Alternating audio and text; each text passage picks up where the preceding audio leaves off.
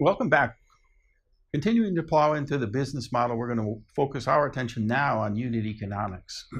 So the goal of this section is to identify the best unit for modeling your enterprise, and then to model the economics of that unit and identify the break-even point at the unit level.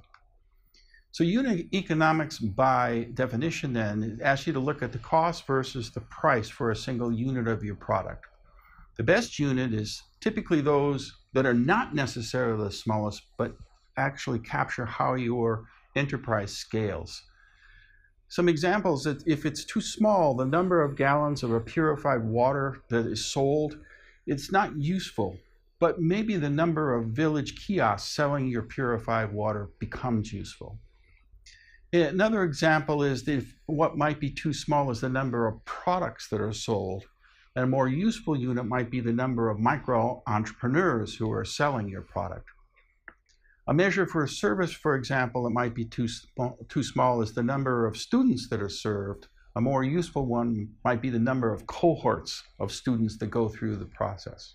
So consider the unit is not the lowest common denominator or the lowest entity, but the way that you will have to scale your business.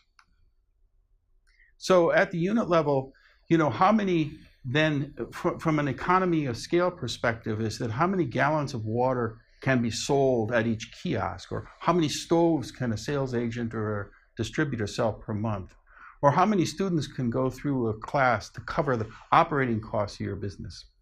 Businesses are seldom viable at very low volumes. So think about how you need to grow your organization to drive down the cost, and then what volume makes sense for you to get to an economic break-even. So for each player in your value chain, they also have unit economics. For the customer, it might be the payback period.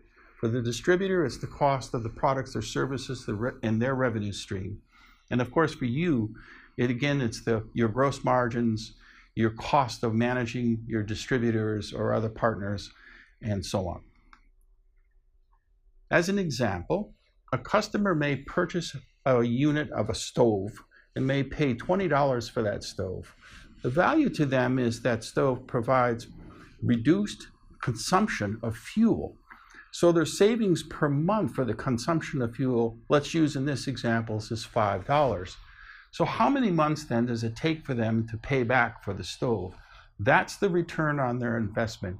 And typically we see in social enterprises that if there's a payback period that's less than a year, that's a positive statement. Greater than a year, it takes a significant amount of decision making within the family unit or the organization to make that change. So look for payback periods that are between 3 and 9 months typically. Now, a more complicated way of looking at the value chain and the payback is that looking at what it saves them or what their return is. So if I'm selling fuel or an item, I have to understand what the customer's real usage of that is, how much it's saving them, and what is the increase in their disposable income for using your product. Similarly, the micro retailer or distributor within your value chain has to understand how much profit they're going to gain above the investment that they make in being able to sell your product. So the number of units that are sold, the average selling price, what their margins are, and how does that increase their profitability. Your organization is pretty clear. Your revenue minus your cost of goods sold delivers a gross margin, and that gross margin then can be used to cover your fixed or operating costs and produce a profit.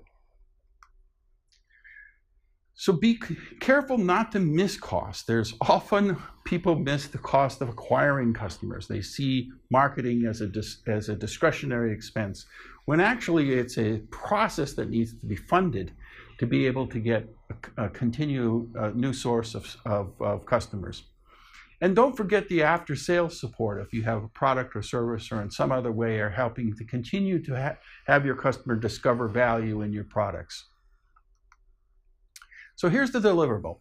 Identify the best unit of scale for your enterprise, build a financial model for that unit, and then identify the break-even point for various members of your value chain.